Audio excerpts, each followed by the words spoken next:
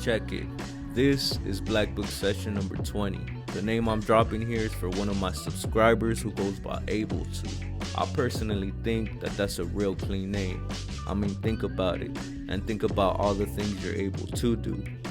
Using an orange Prismo marker, I started laying down a rough sketch of the letters and their structure to form a foundation I could build on. I wanted to get each letter the correct height, length, and width so that they would sit properly throughout the tight space I was working with on the pages. I used the half and half technique to color the letters. I filled in the bottom half of them using the orange marker I used for the sketch. I also used the dividing line to split each letter in half. I filled in the top portion of the letters melon yellow, and I used similar colors so the dividing line wouldn't be so noticeable and the overall fill-in would have a blended look. I filled in each half of the letters with the final layer of pigment so that any areas that didn't get filled in would get filled in. For the outline, I went with red and traced around the structure of my letters as usual. I made sure I was real precise and thorough with every line. As I've mentioned before, this is a very important step. While I was outlining, I also started adding some minor details like cracks and deep cuts to give the letters more effect and style. Some areas do get confusing when lines start to intertwine. I've been focusing on this more so my letters can be precisely executed. I know I still have a lot to get down though. All of the 3D I added on the letters were headed towards the center of the burner, not the page. Notice that. There's two names on these pages, and each of their 3D effects are going towards different directions. Don't limit yourself when experimenting with the 3D effect. It could go any direction you'd like it to. I filled in all of the 3D red, and that helped a ton to make the structure of the letters more distinguishable, while at the same time filling in more space in the page. Fine lines matter. I used a red fine point Sharpie to get the smaller details inside of the letter sharp, crisp, and noticeable. Then I started adding the highlights. They make your letters so bright, have them looking tight, but you gotta knock this method off right.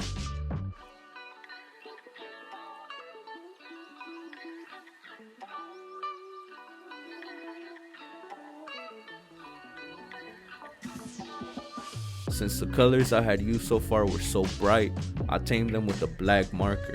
I started implementing these circular motion details behind the letters. I have no clue where this came from. It just stemmed out of me, but it came out tight. I'm sure I've seen something similar out there and subconsciously stored it in my brain. I had this background detail flowing behind the letters. Next time I use this though, I might have it floating on and over the letters too, for an extra effect.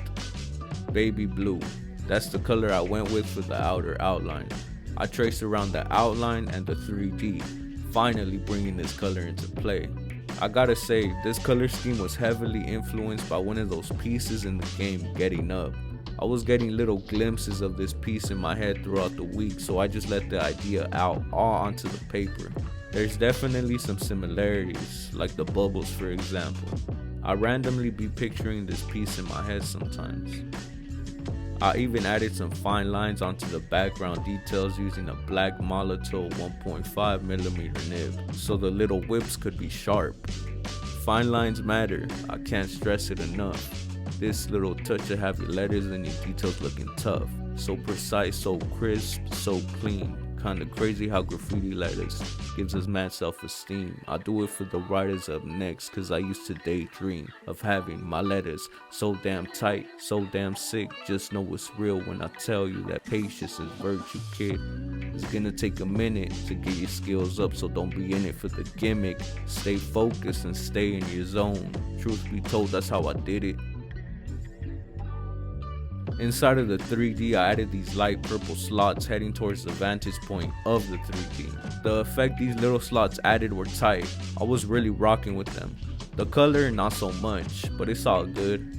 I went around the outline again to get the structure of the letters in the 3D real bold and thick. I mentioned this technique in my previous video where I guide you through the complete steps to drop a piece. I'll leave a link in the bio if you want to check that out. For this session, I kept the tags real simple. I threw up the channel emblem and the team. I hope you enjoyed this session, got some inspiration, and picked up on a thing or two. We're gonna be doing things a little different on the channel moving forward, so stay tuned for that. I also want to mention that the Discord server is now up and running. Click the link in the bio to join so we can talk that graph talk with all the other writers. Until next time, peace.